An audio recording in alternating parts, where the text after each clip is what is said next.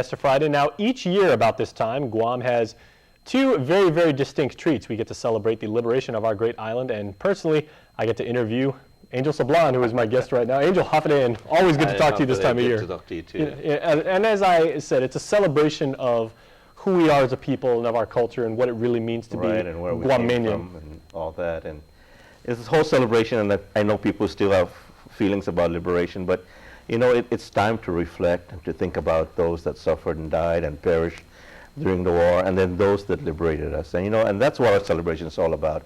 And so that our children and our grandchildren get to know where we really came from. Exactly. Let's never forget the true meaning behind Liberation Day. Correct, It's not just taking the day off and going to barbecues. Yeah, that's correct, certainly. However, one of the events that always goes around and why so many people get excited for Liberation Day is the Liberation Carnival, which is not just one day. It actually goes on for quite a while. So well, that's why you're here. For this year, to commemorate the 60th anniversary, we're going for 68 days. Mm-hmm.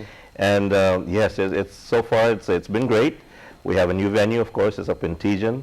It's a much bigger space. There's tons of parking, and there's just more places to go, more places to walk. And like I said, even if you're not going to do anything at the carnival, it's a great place to exercise and go around and take your children. Mm-hmm. Now, what are some of the logistical challenges of trying to run an event like the carnival over that much time? Because you've got musical guests, you've got food vendors, you've got the rides themselves, you've got the weather. Well, fortunately, we started this planning way back in January, so we already know what we're going to expect. And of course, in March when we do the bidding, we know how many vendors are going to be there, what's going to be in the carnival. And then of course we work with different committees. We have the logistics, we have entertainment, we have the what do you call it, the part where the mayors come together to the Grand Marshal, to the parade, and things like that. So it's hard work. But then when you got all these mayors and vice mayors that come forward and support us and volunteers, it becomes always all very easy. And then of course the people that have been running it have been doing this for quite some time now. Mm-hmm. So it's just like you can do it sleeping. Now, one thing I'd like you to talk about is, of course, this is the first year where the carnival is actually held at Tijan, and like you said, that's a huge piece of property. Ample parking.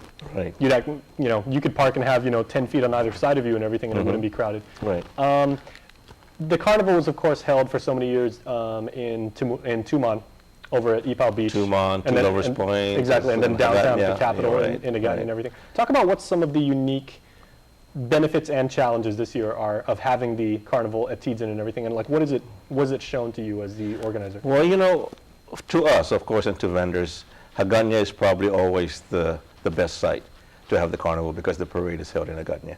But Tijan has proven to us that because it's central and because there's lots of parking and there's greater space, that we have more abilities to have different items at the carnival.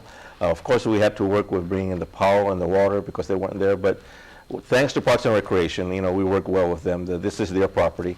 And we worked together to make sure that we cleared the lot and everything. So it all fell into place. Mm-hmm. Well, let's go ahead and skip ahead to about 15 days from now, where it will be Liberation Day. So what have you got planned for us this year? What's going to happen? Of course, every time Liberation Day comes around the 21st, so everybody anticipates the Liberation Day parade. And everybody's asking, where is it going to be this year? Well, it's going to be right down in Hagatni, the same place where we've been having it all these years. And it's going to start down at Adelup, at the Governor's Complex, and go right down to Chamorro Village. So we expect more floats this year, more village participation. We're looking for queens from years past to come and join us. Of course, Queen Alicia from Agate, second year in a row for Agate to be queen, is going to be making her way down the parade routes. We have the Marines coming in from Okinawa, and all kinds of military forces will be there. It's going to be a big grand parade. And that evening, we're going to have, of course, the great fireworks. Mm-hmm. We had one for the 4th, and we're also going to have one on the 21st.